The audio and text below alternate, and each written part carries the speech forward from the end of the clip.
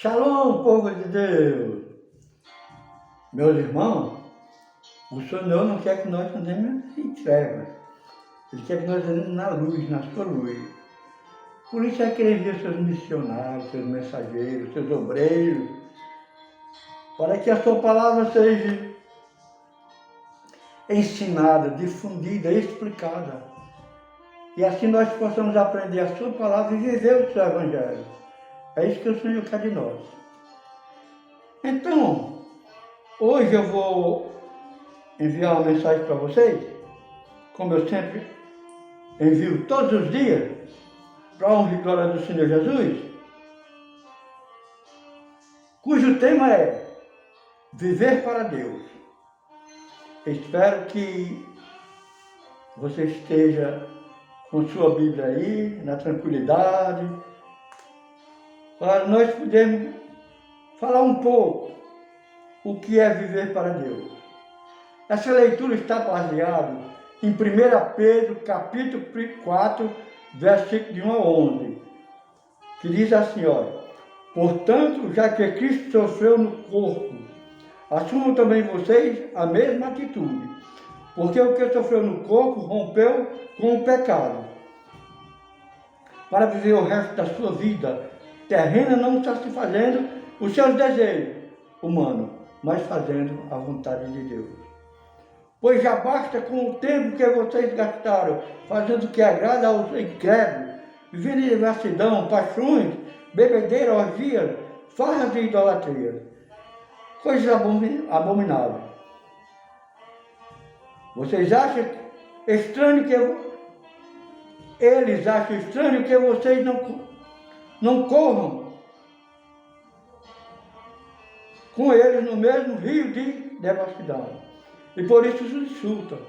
Mas eles terão que dar conta àqueles que estão prontos para julgar os vivos e os mortos. Pois foi para isso que o Evangelho foi pregado, também aos mortos, para que, embora julgados segundo os critérios humanos, no que diz respeito ao corpo, vivam segundo Deus no que diz respeito ao Espírito. Já se aproxima o fim de todas as coisas, portanto sejam prudentes e moderados, para poderem orar. Acima de tudo, porém, amem-se sinceramente uns aos outros, porque o amor perdoa a multidão de pecados. Sejam hospitaleiros uns com os outros, sem reclamação, e que cada um ponha ao serviço dos outros o dom que recebeu, com bons administradores da graça de Deus em suas diversas formas.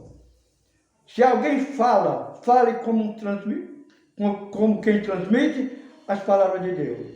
Se alguém serve, sirva com a força que Deus dá, para que em tudo Deus seja glorificado por meio de Jesus Cristo. Porque a Ele sejam a toda a glória e o poder por todo sempre. Amém. Essa reflexão de hoje, cujo título é Viver para Deus, é uma chamada de escolha, meus irmãos. Porque, irmãos, quando Pedro escreve essas palavras, ele está se dirigindo a cristãos que viviam em meio a perseguições e dificuldades. Isso que eu acabei de ler para vocês.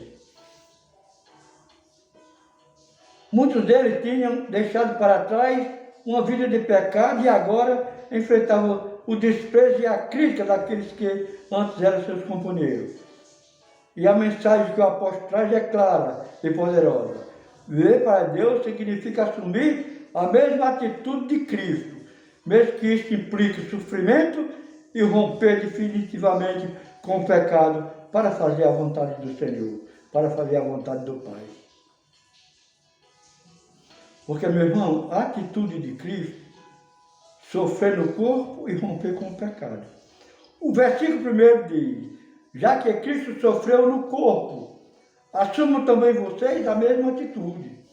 O que isso significa? Cristo veio ao mundo, assumiu uma natureza humana e sofreu injustiça, dor e morte na cruz. Mas ele não sofreu por seus próprios pecados, pois não tinha nenhum, mas pelos nossos pecados, para nos salvar e nos libertar do domínio do pecado.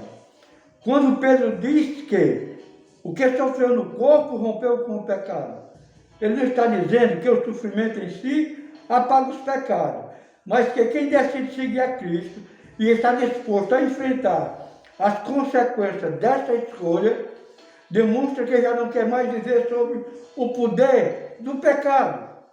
Porque o sofrimento que podemos enfrentar por causa da fé é um sinal de que estamos lutando contra o mal e que a nossa vida já tem um novo dono, Deus.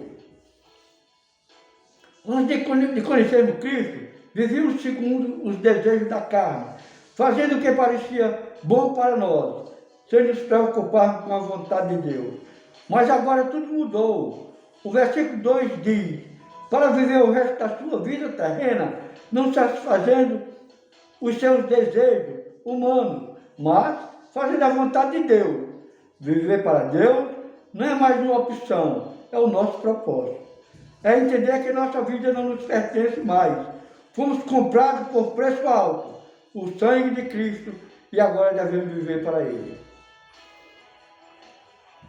Temos também, meu irmão, que deixar o passado para trás, viver uma vida transformada, uma nova vida.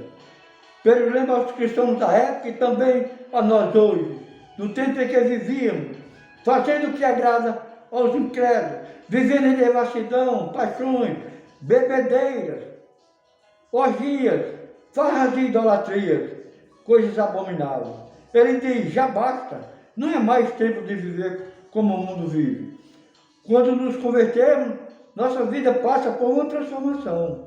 Os valores, os costumes, as prioridades mudam e é natural que aqueles que ainda vivem no pecado fiquem surpresos e até insultem, porque não entendem a nossa nova forma de viver. Mas Pedro nos lembra que não devemos nos preocupar com isso. Eles terão que dar contas a Deus, que é o juiz justo de tudo.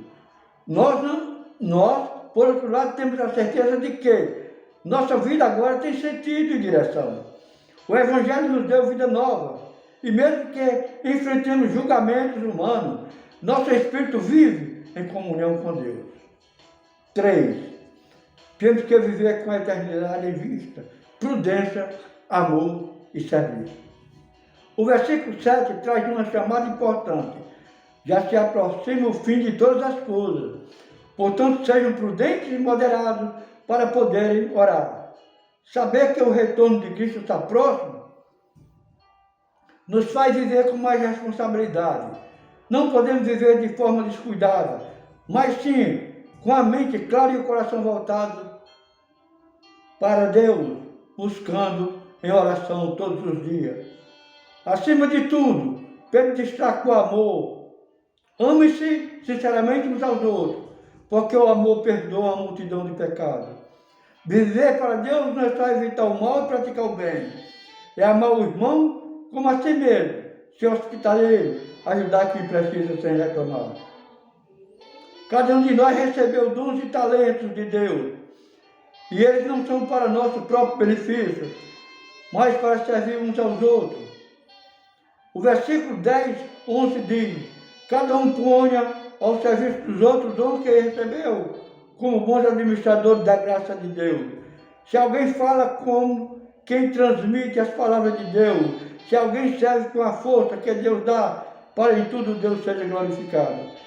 Seja o trabalho, dar na família, na igreja ou na comunidade, tudo o que fazemos deve ter um único objetivo: glorificar Deus, porque Ele é quem nos deu a vida, quem nos salvou e quem nos capacita a viver de forma santa e agradável. Irmão, viver para Deus é um chamado que recebemos no momento da nossa conversão. É uma escolha que fazemos todos os dias. Escolher a vontade de Deus acima dos nossos próprios desejos. Escolher o amor acima do ódio. Escolher o serviço acima do egoísmo. Cristo nos deu o exemplo, sofrendo por nós e nos libertando do pecado. Agora cabe a nós assumir essa mesma atitude, caminhar com Ele e deixar que a sua graça transforme cada detalhe da nossa vida. Que o Senhor nos dê força, sabedoria e amor para viver cada dia mais para a sua glória. Que nossa vida seja um testemunho vivo do que Ele faz em quem confia nele. Que Deus abençoe cada um de nós, nossos familiares, todo o nosso trabalho para que seja realizada a vontade de nosso Pai Jesus Cristo. Amém.